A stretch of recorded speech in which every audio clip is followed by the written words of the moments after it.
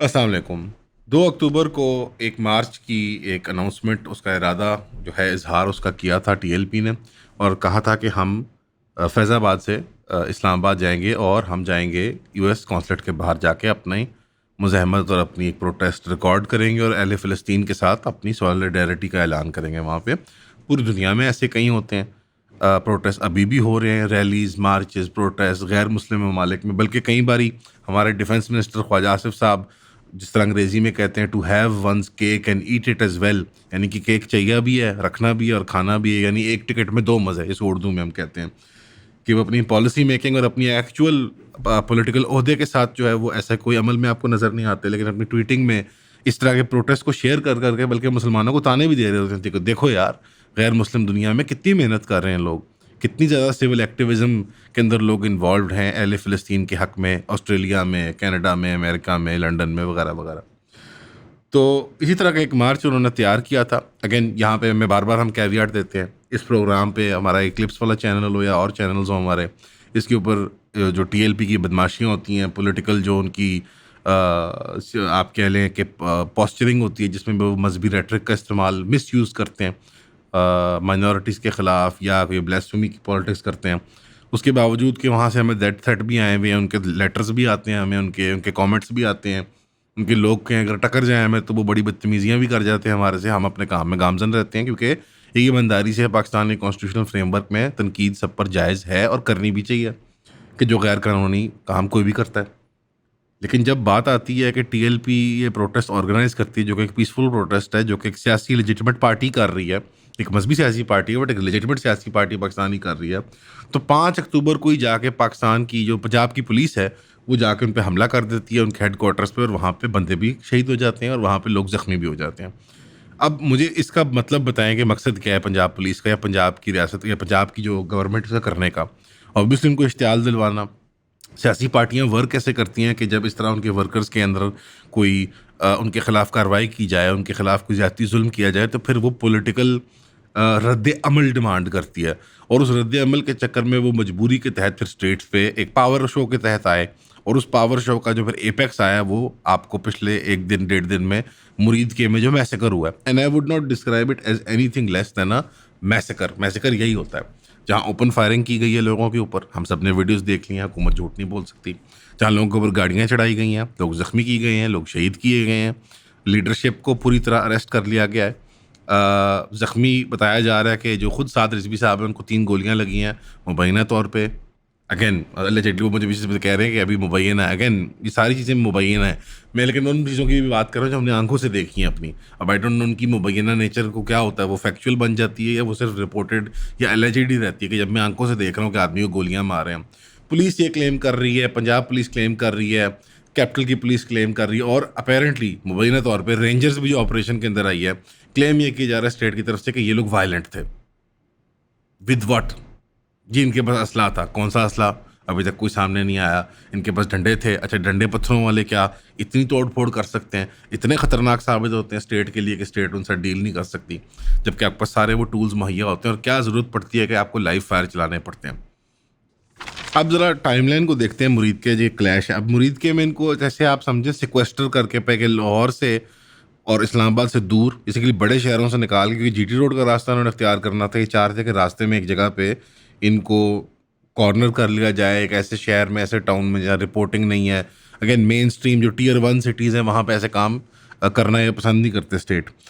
तो सैटरडे की सुबह 10 बजे टीएलपी पहुंचती है मुरीद के, सिट इन करती है, वहाँ पे शुरू करती है, ट्रेंचेस बनाती है वहाँ पे अपने कुछ मतलब एक हिसार बनाने के लिए अपने लिए। संडे की सुबह को ग्रुप जो है वो ट्रेंच को क्रॉस करने की कोशिश करता है, जो कि उनके खिलाफ बिल्ड हुई हुई है, जो मतलब जो उनके खिलाफ नाकाबंदियाँ हुई हुई हैं पुलिस की, टियर गैस और फोर्स इस्तेमाल होती है, डंडे वगैरह ये वो। संडे की दोपहर को फिर दोबारा अटेम्प्ट की जाती है, इनको यहाँ मुहासरा किया जा रहा है इनका, जहाँ पे पुलिस की तरफ से। और टीएलपी के जो लीडर हैं साद रिजवी साहब, वो शाम के टाइम उनकी वो तकरीर रिकॉर्डिंग में भी है कि वो कह रहे हैं काम होना चाहिए, अमन होना चाहिए, आप हमारे से बैठ के मशावरत कर लें, डिस्कशन कर लें, अपील कर रहे हैं, खुदारा अपील कर रहे हैं, अल्लाह रसूल के वास्ते दे रहे हैं कि हमारे से बात कर ली जाए। सारी बात उनको नज़र आ रहा था कि ये तो हमें एक दड़बे में बंद करके एक एक करके चुन चुन के मारा जा रहा है। उनको अपनी मौत नज़र आ रही थी, और यकीनन उस टाइम पे जो बड़े उलमा काबिर बड़ी लीडरशिप है वो प्रॉबेबली रिस्पॉन्ड करना बंद कर गए होंगे, जो गो बिटवीन लोग बनते हैं, जो लोग बीच में दरमियान के आर्बिटर्स या सालिस बनते हैं। साद रिजवी ने यहाँ क्लियरली स्टेट किया कि टीएलपी को गवर्नमेंट ने किसी नेगोशिएशन के लिए राब्ता नहीं किया। उन्होंने क्लेम किया कि लीथल वेपन्स डायरेक्टली इस्तेमाल की जा रही थी उनके खिलाफ। इसके बावजूद कि उन्होंने मिन्नत तरला किया, उन्होंने कहा मैं वास्ता देता हूँ अपनी माओं का, अल्लाह रसूल का, अपनी माओं के खून का, जो दूध उन्होंने बख्शा है, तुम्हें वापस चले जाओ, हमारे से बैठ के बात कर लो। तो काफ़ी ऑब्वियस है कि एक ऐसा माहौल क्रिएट किया जा रहा था कि जहाँ पे पहले उनको इश्तियाल दिया जब उनके साथी मारे कि तुम आओ मैदान में हमारे सामने, फिर उनको एक कॉर्नर्ड एरिया के अंदर दड़बे में बंद किया, एक टाइट कॉरिडोर के अंदर। ये अगेन थोड़ी सी रिफ्लेक्टिव है, जो पीटीआई के साथ भी ये मामला सारे इसी तरीके से हुए हैं। इश्तियाल दिलवाया, एक टाइट कॉर्नर में बंद किया, न्यूज़ रिपोर्टिंग जो है बिल्कुल वहाँ पे ब्लैकआउट कर दी वहाँ पे, और फिर जो है उसके बाद जो है वो लाइव फायर और एम्यूनेशन और वायलेंस का इस्तेमाल करके अब नंबर्स है वो फज होते रहेंगे। वो 1 साल 6 महीने फज हो जाएंगे, उसके बाद लोगों की मेमोरी से निकल जाएंगे। हुकूमत कहेगी आधे मरे, 2 मरे, ये कहेंगे 100 मरे, 10 मरे, 20 मरे। इस कन्फ्यूजन के अंदर होगा क्या कि टीएलपी क्रश भी हो जाएगी, हुकूमत का हदफ भी अचीव हो जाएगा, और सो कॉल्ड जो है हमारी जो इंटेलिजेंसिया की कम्युनिटी है, लिबरल इंटेलेक्चुअल कम्युनिटी है, वो in the mean well justifications पेश करती रहेगी। पीटीआई की बारी भी पिछले हम 2 सवा 2 साल से देख रहे हैं कि एक तनकीद, 2 तनकीद, 3 तनकीद, तीसरे तक की मुझे समझ आती है जो 10वीं 100वीं 1000वीं बार तनकीद की जा रही होती है कि देखो ये तो फैशिस्ट थे, देखो ये तो फैशिस्ट थे। मतलब हम भी ये देख रहे हैं, आप भी देख रहे हैं, हम भी उस दौर में रहते थे, आप भी उस दौर में रहते थे जिस किस्म का वायलेंट क्रैकडाउन पीटीआई के ऊपर हुआ है हिस्टोरिकली, ना वो जस्टिफाई होता है। हम इस चैनल पे रोज़ बात करते हैं लेकिन लोगों को नहीं समझ आ रही। यानी यूनिवर्सल ह्यूमन राइट्स का अगर तस्वर होगा जिसमें फेयर यूनिवर्सैलिटी है, इसके बावजूद कि मैं शरीयत का पाबंद हूँ, कायल हूँ इस्लाम का, मैं अंडरस्टैंड करता हूँ कि मुश्तरक जो ह्यूमन राइट्स है वो काफ़ी हद तक कॉमन है, और अगर उसमें इत्तेफाक कर ले जाए इंसानों के दरमियान तो कोई हर्ज भी नहीं है। वो यूनिवर्सल ह्यूमन राइट्स का तस्वर जो है वो आर्बिट्ररी है, वो टेम्पोरल है, स्पेशल है, ज़मान और मकान की कैद है उसमें। थोड़ा सा आप टाइम चेंज कर दें, थोड़ा सा आप ज़माना और वो लोकेशन चेंज कर दें तो उनकी यूनिवर्सैलिटी ख़त्म हो जाती है। जब दिल करता है हम उनको सल्ब कर लेते हैं। जिसकी सिविल राइट्स हमें चाहिए होते हैं, जिस पे सिविल राइट्स हमने अता करनी होती है, अता तो नहीं है ना ये चीज़, अता तो नहीं है किसी सरकार की, स्टेट कोई ग्रेटेस्ट गुड तो नहीं है ना। यानी हमने ऐसे एक मजहबी तस्वुर, मजहबी हद तक एक तस्वर बना लिया है कि नेशन स्टेट कोई ग्रेटेस्ट गुड है, जैसे वो खुदाई या वो दीन का दर्जा खुद रखती है, और उसी के वो ही महवर है सारे अच्छाई का और भलाई का, और उसी के पास हक है कि वो डिटरमिन करे कौन काफिर है, कौन मुसलमान है, कौन भला है, कौन बुरा है, क्या हराम है, क्या हलाल है। और ये आपको एटीट्यूड नज़र आ रहा है। इससे पहले कि मैं उन लोगों की बात करूं कि जो चीयर लीडर बने हुए टीएलपी के कत्ल के लिए, जो पहले पीटीआई के कत्लेआम में चीयर लीडर बने हुए थे और उनके अंदर कोई मॉरल कंसिस्टेंसी या कोई पॉलिटिकल कॉन्शियस की कंसिस्टेंसी नज़र नहीं आ रही, मैं कुछ लोगों का मेंशन करना चाहूँगा जिन्होंने फेयर रिपोर्टिंग की है। एक असली तूर साहब हमेशा की तरह बैठ के, शरीफ आदमी है, भले आदमी, उन्होंने as is without commentary report करते गए हैं कि यार ये मामलात हो रहे हैं। फिर एजाज सईद साहब ने भी जिक्र किया यहाँ पे कि मल्टीपल लोग कत्ल हुए हैं सुबह के ऑपरेशन में मुरीद के, और साद रिजवी और उसका भाई अथॉरिटीज़ के साथ हैं। ये जैसे पॉजिटिव स्टेटमेंट सिर्फ एक रिपोर्ट करने के लिए कि ये हुआ, ये भी काफ़ी है, ये भी बड़ी बात है आज के ज़माने में। माजिद निज़ामी साहब थोड़ी ज़्यादा दलेरी से उन्होंने काम किया। उन्होंने कहा पहले इस मुल्क के अंदर अबडक्शंस, एनफोर्स डिसअपीयरेंसेस, यानी गुमशुदगियाँ, जबरी गुमशुदगियाँ जो हैं वो पहले स्टेट ने नॉर्मलाइज़ की, और ये अभी की बात नहीं, ये 20-25 साल की बात है, वॉरेंट टेरर की बात है। वो नॉर्मलाइज़ की, फिर इलीगल फेक इनकाउंटर्स को नॉर्मलाइज़ किया गया।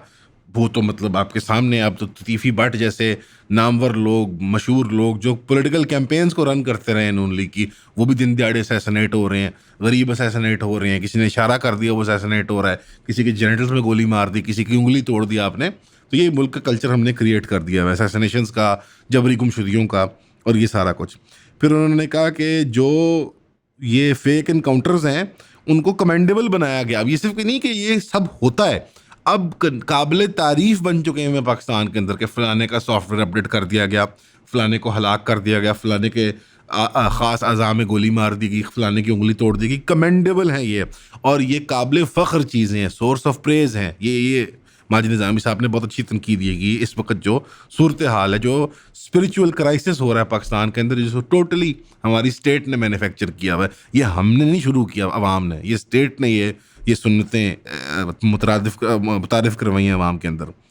और अब डायरेक्ट फायरिंग को भी नए अनरिटन रूल के तौर पे इस्टेब्लिश किया जा रहा है कि आप प्रोटेस्ट करेंगे, अगर आप आवाज़ उठाएंगे किसी भी मौजू के ऊपर, आप पे डायरेक्ट बराह रास्त फायरिंग की जा सकती है। Welcome to the hard state of Pakistan. आपको मुबारकबाद हो, खुश आमदीद, आप पाकिस्तान की वो हार्ड स्टेट में आ चुके हैं। तो ये एटीट्यूड है। अब ऑब्वियसली माजिद साहब जो है वो एक तनकीदी निगाह से बातें कर रहे हैं, लेकिन फहरिस्त यहीं ख़त्म हो जाती है इल्ला माशाल्लाह। इसके बाद आपको पूरी एक फहरिस्त मिलेगी इंटेलेक्चुअल्स की, पढ़ लिखों की, सो कॉल्ड साफ़ियों की, जो अब मैं आपके सामने आपको पेश कर देता हूँ। आप लोगों की सपोर्ट की वजह से आज हम यहाँ पे हैं। आप लोगों की सपोर्ट की वजह से हम ये कंटेंट बनाते रहते हैं। आप लोगों की सपोर्ट हमें चाहे इनबॉक्स डीएम की मद में है, चाहे वो कमेंट की मद में है, या स्पेशली 3000 रुपये की सब्सक्रिप्शन की मद में है, हमारे काम को बहुत आगे लेके जाती है। हमें किसी प्लेटफॉर्म की तरफ से कोई सपोर्ट नहीं है। आपके सामने हमारा चैनल डिमोनेटाइज हुआ है, एक दफ़ा नहीं 2 दफ़ा, उसकी वजूहत भी हमने आपको बताई हैं। डिमोनेटाइजेशन या फिर किसी की आवाज़ बंद कर देना बहुत गलत है, चाहे वो किसी भी इशू पे बात कर रहा हो। फ्रीडम ऑफ स्पीच के साथ खड़े हुए और हमें 3000 रुपये की सब्सक्रिप्शन प्रोवाइड करें।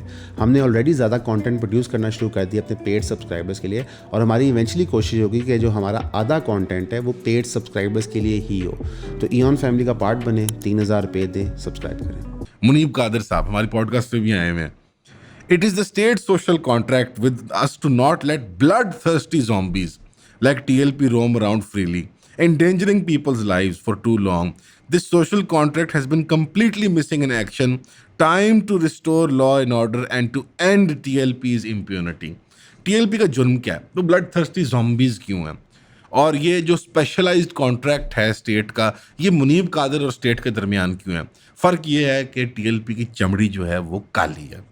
टीएलपी जो है वो गरीब है, वो मिडिल क्लास लोग हैं, वो फैक्ट्री टाउन से हैं, उनका बाप कोई बड़ा आदमी नहीं था, उनकी माँ कोई बड़ी खातून नहीं थी, उनके लास्ट नेम किसी बड़े ख़ानदान के नहीं है, वो पेंडू लोग हैं, वो कमतर लोग हैं। ये एक क्लास इशू है। सबसे पहले फर्स्ट ऑफ ऑल ये एक क्लास इशू है कि एक निजी तबके के गरीब के बच्चे, और फिर उसके ऊपर जो चीज़ उनको दूसरी सबसे बुरी लगती है, और वो गरीबों से ज़्यादा बुरी लगती है हमारे लिबरल इंटेलिजेंसिया को, वो है मजहबी लोग। ये वॉर ऑन टेरर के ज़माने में भी इनका पर्दाफाश हो चुका हुआ था। ये हमारी अवाम है और हमारी स्टेट है जो बार बार इसको दोहराती है, इस सबक को, और भूल जाती है कि ये लोग कितनी नफ़रत करते हैं इस्लाम और मुसलमानों से, कितनी शदीद नफ़रत करते हैं इस्लामियत से, मजहबियत से, कि ये ब्लड थर्स्टी ज़ॉम्बीज़ हैं, दरिंदे हैं। जब टीएलपी को गलत काम करती है, वो गलत तस्वुरात को पेश करती है, जब गलत या कोई जुल्म के काम में सामने आती है, तो as per the rule of law उनके साथ काम लिए जाना चाहिए ना। रूल ऑफ लॉ की इस्टेब्लिशमेंट ये तो नहीं है ना बाय एनी मीन्स नेसेसरी कि स्टेट अपने ही डिफाइंड प्रिंसिपल्स को कॉन्ट्रडिक्ट कर दे, अपनी ही दी हुई लिबर्टीज़ या अपनी ही ग्रांटेड सिविल लिबर्टीज़ को वो कॉन्ट्रडिक्ट कर दे। लेकिन ये एटीट्यूड आपको रिफ्लेक्टेड मजीद नजर आएगा कि मजहबी मुल्ला, ये मुल्ले जहाँ नजर आए, इनको दाढ़ियों से नोचो, बालों से। मुझे क्यों इतना आसान लगता है समझना, क्योंकि मैं बचपन में मैंने ये देखा है कि टीवी पे बैठ के लोग जन्नत जहन्नम का मजाक उड़ाया करते थे, इसी पाकिस्तान टेलीविजन के ऊपर और जियो के ऊपर बैठ के मजाक उड़ाया करते थे। वो याद है लिबरल आके भाई जन्नत के प्लाटों के लिए हम नहीं काम करते, ये मुल्ले काम करते जन्नत के प्लाटों के लिए। तो भाई जन्नत में प्लॉट नहीं चाहिए?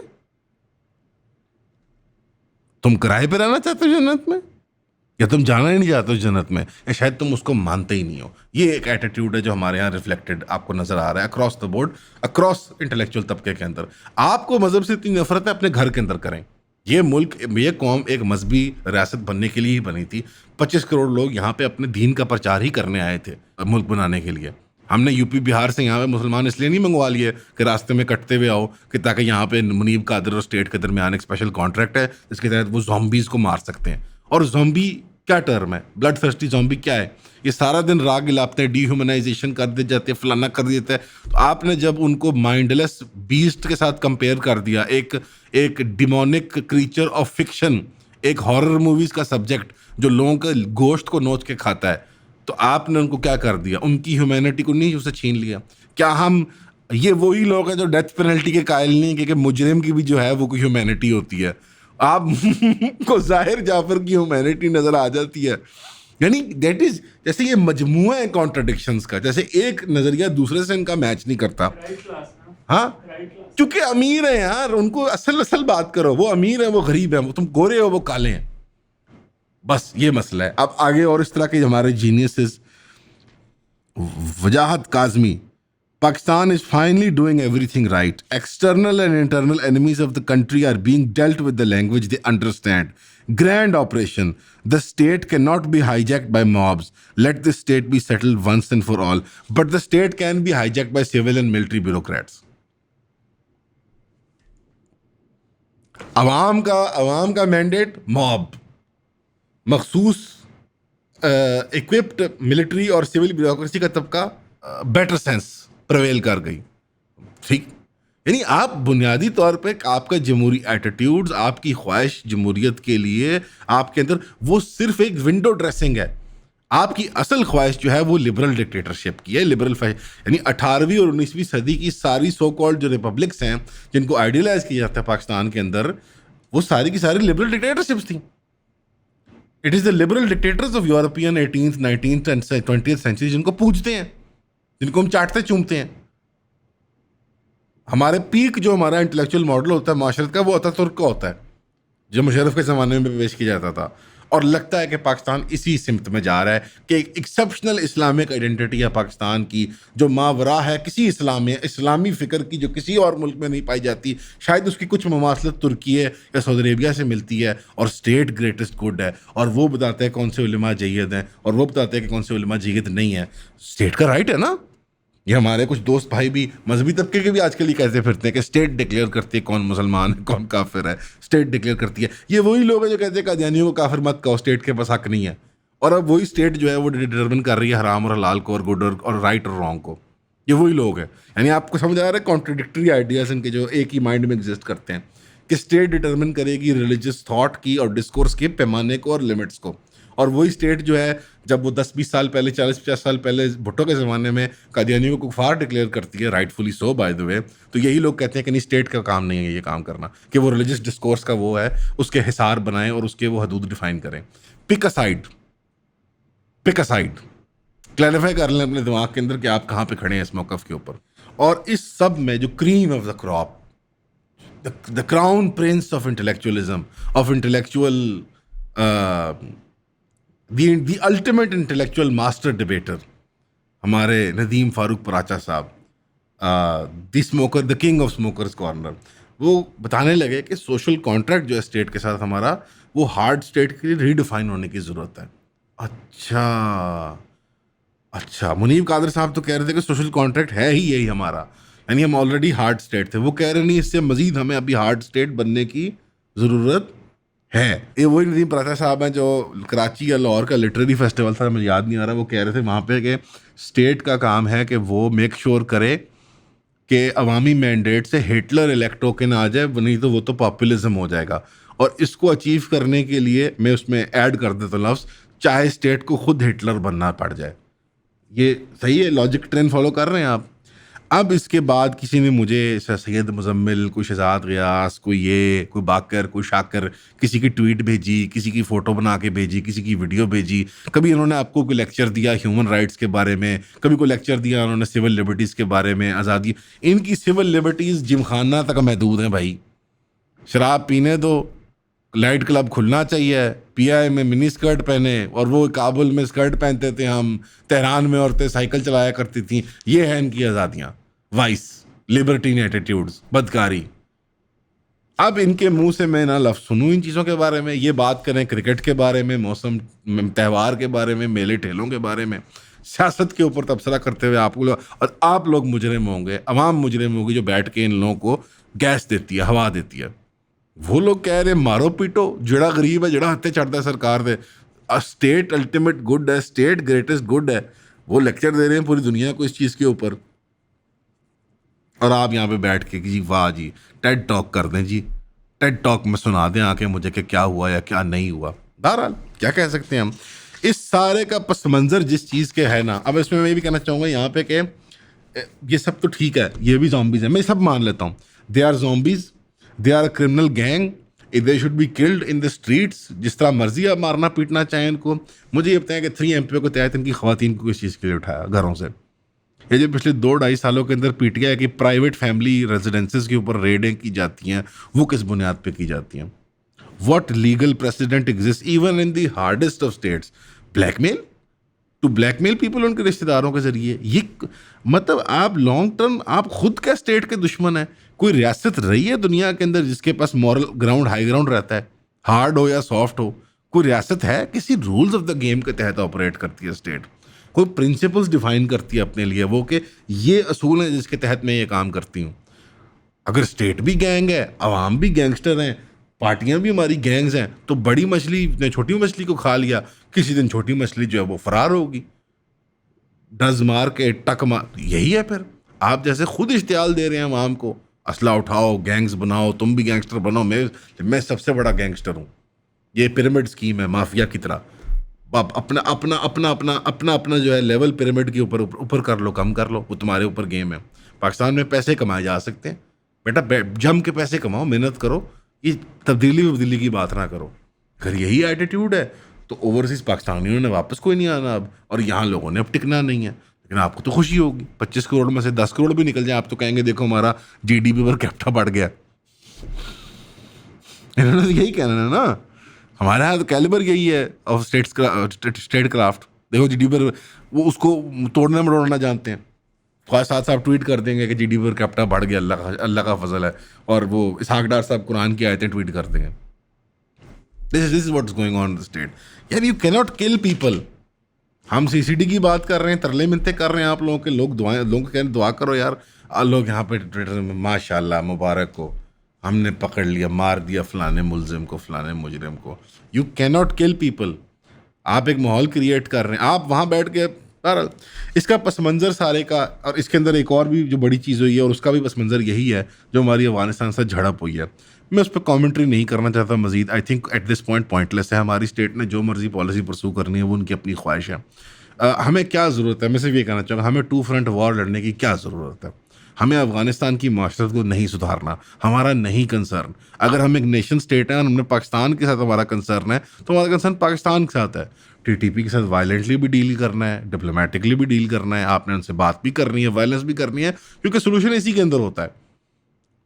टोटल वायलेंट सोल्यूशंस कहीं नहीं वर्क करते। जहाँ पे वर्क किए वहाँ जेनोसाइड्स की जाते हैं। अगर आप जेनोसाइड के लिए तैयार हैं, अगर टीटीपी टामिल टाइगर हैं और पश्तून लोग जो हैं वो टामिल हैं इलम के, तो ठीक है फिर, then this is what we want कि आप ज़िबा कर दें सारे लोगों को इलाके के अंदर। हालांकि ऐसा हल नहीं होता। और बाय द वे मैं ये बात कर रहा हूँ ना, आज से 6 महीने साल बाद नेगोशिएशन होएंगी, लोग बैठेंगे, रीसेटलमेंट्स होएंगी, कहीं जोड़ तोड़ सियासी तोड़ मोड़ होएगा।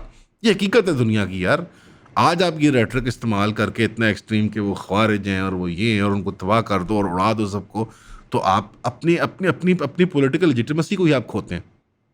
हम तो कह रहे हैं ऑपरेशन करें, लड़ें, ज़रूर मारें, जो दहशतगर्दी करता है उसको मारें, जो कानून तोड़ता है उसको मारें, उसको सजा दें, उसको जेल में डालें, जिसकी मौत बनती है उसकी मौत बने, जिसकी लाइफ बनती है उसकी लाइफ बने, वगैरह वगैरह वगैरह। लेकिन किसी प्रोसेस के तहत, किसी लेजिटिमेट पार्लियामेंट्री प्रोसेस के तहत, कोई पार्लियामेंट से अप्रूव करवाएं, कोई खैबर असेंबली से अप्रूव करवाएं, लोगों को ऑन बोर्ड करें।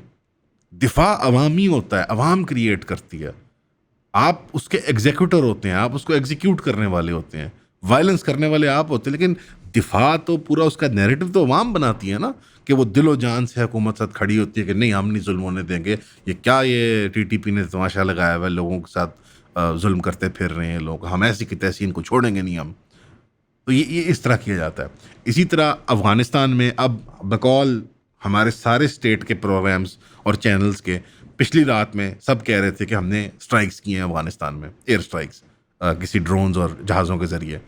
अगली सुबह पता लगा कि हमारी स्टेट ने उसको ऑन ही नहीं किया, और अब हम कह रहे हैं कि अफ़गानिस्तान ने हमारे पे अनप्रोवोक्ड जो है वो शेलिंग्स की हैं और फायरिंग्स की हैं बॉर्डर के ऊपर। उसमें हमारे भी फौजी शहीद हुए हैं और जवाबी कार्रवाई, ज़ाहिरी बात है कन्वेंशनल फ़ाइट के अंदर पाकिस्तान की 10s ऑफ टाइम्स ज़्यादा कैपेबिलिटी है। हमने उनके, अगर हमारे 2 दर्जन या गालिबन 25 के करीब शहीद हुए हैं और 25 के करीब ज़ख्मी हुए हैं, उनके मेरे ख्याल में हमने 200 शहीद कर दिए हैं। अब ये बात सुन के भी आपको अजीब लगेगी, वो भी शहीद हैं। तो मुसलमान मुल्क जब आपस में लड़ते हैं तो अपने अपने जोन में तो वो ठीक समझते हैं अपने आप को। जो सिपाही होता है, जो अफसर होता है, वो भी ड्यूटी कर रहे हैं, उनको आप दहशतगर्द के तौर पर डिस्क्राइब कर रहे हैं। यार वो एक स्टैंडिंग आर्मी है, अब वो एक रियासत बन गई है। इंडिया ने भी तस्लीम कर लिया, रूस ने भी तस्लीम कर ली, चाइना भी तिजारत कर रहा है उनके साथ। वो एक रियलिटी है पॉलिटिकल। वो एक स्टैंडिंग आर्मी की शक्ल में इख्तियार कर गए हैं। उनके पास टैंक हैं, हमवियाँ हैं, तोपें हैं, मोर्टार है, कम इक्विपमेंट है, घटिया इक्विपमेंट है आपकी बनस्बत, लेकिन फौजी है वो क्या चीज़ है जो उनको वो पॉलिटिकल लेजिटिमेसी देगी कि वो एक स्टैंडिंग आर्मी कहलाएंगे? वो एक बॉर्डर फोर्स कहलाएंगे या वो एक रियासत कहलाएंगे। तो we need to reevaluate our assessment. Why should we fight with them? Why should we fight with anyone in the region? India के साथ हमारा एग्जिस्टेंशियल वैर है ना कश्मीर का, उनके साथ हमारा जो मामला है वो एग्जिस्टेंशियल नहीं है, वो टीटीपी का मसला है और आईसिस का मसला है। वो कहते हैं हम आईसिस को लेवरेज करते हैं, हम कहते हैं वो टीटीपी को लेवरेज करते हैं। हकीकत ज़्यादा हमारे तरफ ही लाई करती है, टीटीपी का प्रॉब्लम ज़्यादा उनका बड़ा मसला है जो उनकी शरारत है। आईसिस वाला फिर एक ट्रांजिएंट मसला है। इसकी लॉन्ग टर्म सोल्यूशन मुश्तरक तरीके से फैसला होगा। उसमें वायलेंस इन्वॉल्व है, हमने वेलकम किया था कि ऑपरेशन की जाने चाहिए, टारगेटेड स्ट्राइक्स की जानी चाहिए, लेकिन मुशावरत के साथ। आप उनको ऑनबोर्ड करके भी कर सकते हैं, बैक चैनल डिप्लोमेटिक केबल्स भी होती हैं, ओपन डिप्लोमेटिक कनेक्शन भी होती हैं, डायलॉग भी होता है। लेकिन जब हम उनसे बात करनी होती है, मीनार बानी खर को वहाँ भेज देते हैं, हम वहाँ बिलावल भुट्टो को भेज देते हैं अफगानिस्तान। यार, are the serious contenders? Are we serious towards Afghanistan? Are we serious towards our neighbourhood? और अमीर खान मुत्तकी साहब जो उन्होंने इंडिया में बातें कहीं, वो काफ़ी रीजनेबल बातें थी। आपके मुल्क में टेररिज्म है, आप उसको रिजॉल्व करना चाहते हैं, आप करें, आप हमारे साथ बैठ के बात करें। क्यों उनका तुर्कमानिस्तान साथ की लड़ाई कोई नहीं है, उनकी उनकी किर्गिस्तान से लड़ाई कोई नहीं, उनके अपने बॉर्डर्स में कहीं और लड़ाई नहीं है, यहाँ पर लड़ाई है। अगेन उसमें आप क्लेम कर सकते हैं कि वो पश्तूनिस्तान का एक मसला है, एक मुश्तरक हमारी हिस्ट्री है जिसकी वजह से लड़ाई हो रही है। बट बाकी बॉर्डर्स भी तो होते हैं ना, बाकी नेबर्स भी तो हैं ना, उनके एग्जिस्ट करते हैं दुनिया के अंदर। तो बहरहाल इसके अंदर मैं ज़्यादा तफसील में जाना नहीं चाहता, क्योंकि अभी लोग के जोश गर्म हुए हैं, तो अभी वो ओए मार देंगे, काट देंगे, ओए ओए तू ओए मौलवी। अभी उसमें हमारी साइकी आई हुई है, ठीक है, 2-4 दिन की बात है, जब ठंडे हो जाएंगे इस पर बैठ के इंशाल्लाह बात करेंगे। सारा पस मंज़र जो इसका है वो इसराइल के फड्डे का है। एक कंटेंशियस एग्रीमेंट 20 पॉइंट्स की, जिसके ऊपर इत्तेफाक अभी तक पूरी दुनिया की रियासतें नहीं कर पा रही, और उसकी बुनियाद पे हमने टीएलपी को भून दिया। उसकी बुनियाद पे हमने हर नाक़िद को भून दिया है कि तुमने सवाल कैसे पूछ लिया स्टेट से कि हमने जिस एग्रीमेंट में हम फुल पार्टिसिपेंट भी नहीं है यार, हम उसमें बैकग्राउंड कैरेक्टर हैं, अभी भी उसके खदोखाल तय नहीं हो पा रहे। अभी as we speak developing story जो है कि शर्म शेख जो रिजॉर्ट सिटी है, वहाँ पे किसी बड़े शानदार सी साइड रिजॉर्ट के अंदर मीटिंग रखवाई है ट्रंप ने, और सीसी और ट्रंप ने हमें होस्ट किया, प्राइम मिनिस्टर शहबाज शरीफ साहब भी वहाँ पे गए हैं। इसराइल ने रिफ्यूज़ कर दिया उस मीटिंग में आने से। क्यों? इसराइल नहीं मान रहा। ट्रंप जो है वो मिक्स्ड लैंग्वेज इस्तेमाल कर रहा है, वो चाहता है कि डील फॉल थ्रू करे, वो इसराइल को पुश बैक करना चाह रहा है, उसको समझ नहीं आ रही। लेकिन इसराइल के पास बहुत लेवरेज है अमेरिका के खिलाफ पॉलिटिकल क्लास के अंदर। एक डेड लॉक है ना, अग्रीमेंट के खदोखाल ना वो हैं जो आपने तय करवाए सो कॉल्ड, जो आपको डिक्टेशन मिली, ना वो हैं जो इसराइल ने डिक्टेशन ला के ठीक की। अब कुछ तीसरा ही हाल चल रहा है। 58% टेरिटरी गाजा की अभी भी इसराइल कंट्रोल कर रहा है। उन्होंने गैंग्स ने वहाँ पे, ड्रग गैंग्स ने जो इसराइली ऑपरेटेड एरियाज में से निकलते हैं, उन्होंने साले अलियाफी को शहीद कर दे, जो एक नामवर सहाफ़ी जिसको आप में हमारे घर वाले 2.25 साल से देख रहे हैं। वो अब गैंग के थ्रू, प्रॉक्सी के थ्रू वहाँ पे इसराइल ऑपरेट कर रहा है। और उसके जवाब में जो सिक्योरिटी को कंट्रोल करने के लिए मुज़ाहमतकार और हमास वगैरह जो हैं, जो वहाँ की लेजिटिमेट गवर्नमेंट्स हैं, लेजिटिमेट फोर्सेज हैं, उन्होंने जो लॉ एंड ऑर्डर को कंट्रोल करने की कोशिश की है। तो ट्रंप से पूछा गया तो ट्रंप ने कहा यार उन्होंने कुछ तो करना ही है ना। प्लस हमारी उनके साथ ये तय हुई है कि कुछ देर के लिए आप वाइंड डाउन के दौरान आप अपने निज़ाम को चलाएं। यानी ट्रंप मुज़ाहमतकारों को उनकी मुज़ाहमत और डिफेंस को अप्रूवल दे रहा है। वो लिटरली कह रहा है they have a right to defend themselves. अब बड़ी एक केयरफुल किस्म की इस गठ जोड़ के अंदर जब आप लोगों को एतमाद में लेने के बजाय अवाम के साथ, डिफरेंट ग्रुप्स हैं यार हमारी अवाम के, मजहबी तबकात हैं, उनके अंदर डिफरेंट फैक्शंस हैं, सियासी, आप सारों को अवाम को वो लें, उसके अंदर इत्तेहाद के अंदर लें, इत्तेफाक के अंदर लें। रादर दिन दैट आप एक ऑपरेसर का किरदार अदा कर रहे हैं। इसमें नून लीग शामिल है, इसमें पीपल्स पार्टी शामिल है, इसमें इस वक्त मिलिट्री स्टेट शामिल है। आपको क्या ज़रूरत है इन लोगों को इश्तियाल दे के इस तरह डंडे पत्थर मार के, गोलियां मार के फारिग करने की? पहले भी आपने नेगोशिएशंस और बात के थ्रू इनको फारिग किया है, टीएलपी के जल्सों को, आज भी कर सकते थे। बात यह है जो पैरानोया पूरे मुल्क के अंदर, जो टीएलपी ने भी बाय द वे उसको उसकी वजाहत की थी, पैरानोया पूरे मुल्क के अंदर है कि आप इसराइल को तस्लीम करने जा रहे हैं। मैं पहली बार 2.25 साल ये पॉडकास्ट की और सारे प्रोग्राम की उसमें कहता हूँ मुझे भी आज डर लगता है। पहले नहीं लगता था, आज मुझे भी डर लगता है कि हम इसराइल को तस्लीम करने जा रहे हैं। और जो एटीट्यूड दिखा रहे हैं नेतन्याहू शर्म शेख वाले नेगोशिएशंस के लिए, वो रिफ्लेक्ट यही कर रहा है कि he is trying to wrestle back the control ना, वो रास्तों को पकड़ने की कोशिश कर रहा ना दोबारा कि मैं हूँ इन चार्ज।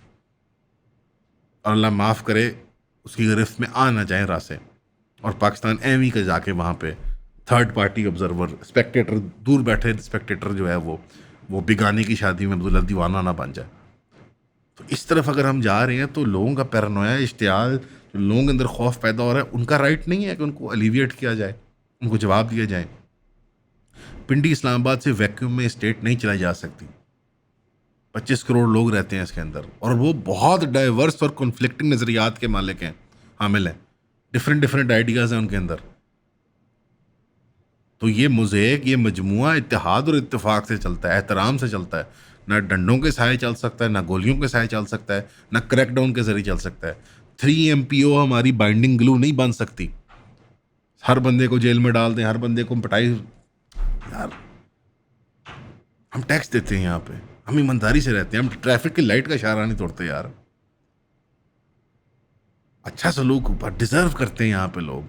हम बुरे लोग नहीं हैं। मैं दुनिया के मुल्कों में फिरा हूँ, बहुत अच्छे लोग हैं पाकिस्तानी। हर इलाके में बहुत अच्छे लोग हैं, हर कौम में बहुत अच्छे लोग हैं, हर मजहबी और माशरती और समाजी तबके के अंदर बहुत अच्छे लोग हैं। We deserve nice treatment and we deserve to complain about our state. हम एक रिपब्लिक है यार। This is not Saudi Arabia, this is not Iran और अफगानिस्तान और एनीथिंग। एक रिपब्लिक है, हम चाइना नहीं है। यहाँ डेमोक्रेसी है, अगर आप रहने देंगे उसको तो हम। बट बहरहाल एक ट्रेंड होता है पाकिस्तान में, रिवाज होते हैं उतार चढ़ाव के। मुझे लगता है अब उतार का एक ट्रेंड चल रहा है। Half a decade, full decade, half a decade, I would say half a decade है।